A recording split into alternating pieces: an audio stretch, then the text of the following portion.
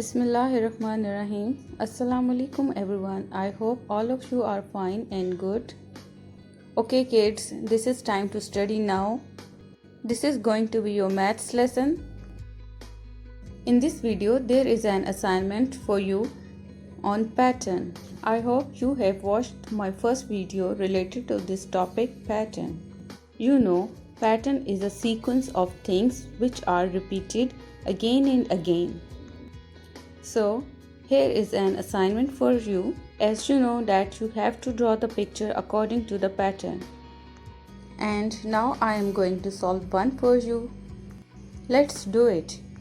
In the first group of pictures there are 2 hearts, 1 circle, 2 hearts.